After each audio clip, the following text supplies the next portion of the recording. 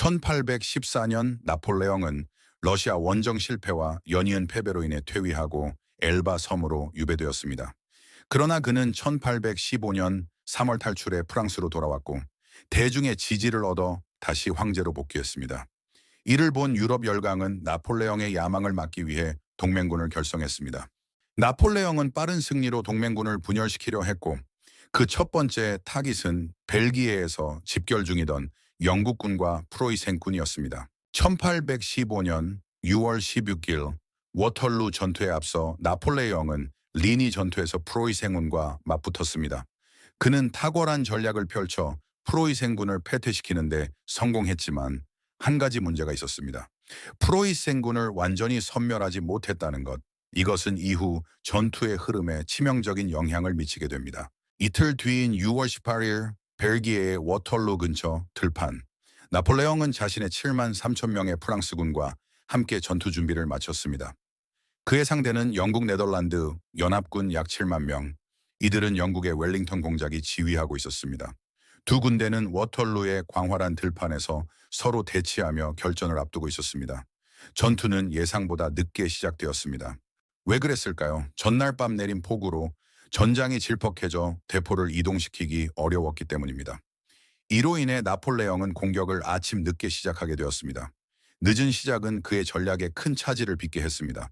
프랑스군은 먼저 영국군의 중앙 진지를 집중적으로 공격했습니다.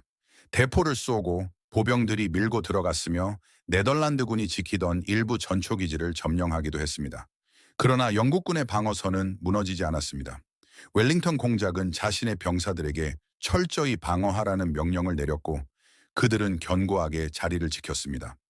오후 4시경 나폴레옹에게는 최악의 상황이 닥쳤습니다. 리니 전투에서 패퇴했던 프로이센군이 불위어 장군의 지휘 아래 워털루 전장에 도착한 것입니다. 프로이센군은 프랑스군의 측면을 강하게 공격하기 시작했습니다. 이때 나폴레옹은 일부 병력을 프로이센군에 대응하기 위해 돌려야 했습니다. 문제는 바로 병력 분산. 프랑스군의 공격력이 약화되었고 영국 네덜란드 연합군과의 교전에서도 밀리기 시작했습니다. 프로이센군의 도착은 연합군에게 결정적인 승기를 가져다 주었고 나폴레옹의 군대는 서서히 압박당했습니다. 저녁이 되자 나폴레옹은 마지막 승부수를 던졌습니다. 황제 친위대를 투입해 영국군의 중앙 방어선을 돌파하려는 계획이었습니다. 황제 친위대는 프랑스군의 최정예 부대로 전투에서 한 번도 패배한 적이 없는 부대였습니다. 하지만 워털루에서는 상황이 달랐습니다. 친위대는 용감하게 돌격했지만 영국군은 방어를 철저히 준비한 상태였습니다. 포격과 총탄 속에서 친위대는 점점 후퇴하기 시작했습니다. 결국 황제 친위대의 패배로 프랑스군의 사기는 무너졌고 대규모 퇴각이 시작되었습니다. 워털루 전투는 프랑스군에게 참혹한 결과를 남겼습니다. 약 3만 명이 전사하거나 부상을 입었으며 군대는 완전히 붕괴했습니다. 반면 연합군도 약 2만 5천 명의 손실을 입었지만 결정적인 승리를 거두었습니다. 이 전투는 단순한 패배가 아니었습니다. 나폴레옹 시대의 종말을 의미했습니다.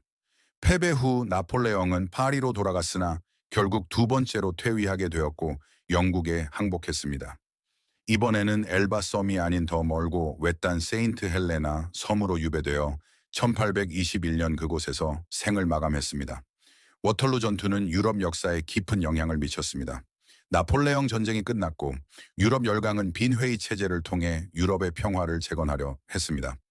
이 체제는 이후 19세기 유럽 정치의 질서가 되었고 워털루 전투는 유럽의 새로운 시작을 알리는 중요한 사건으로 평가됩니다. 또한 워털루는 나폴레옹이라는 전설적 지도자가 자신의 천재성을 발휘했지만 현실적인 한계와 강력한 동맹군의 협력 앞에서 무릎 꿇은 상징적인 전투로 남아 있습니다.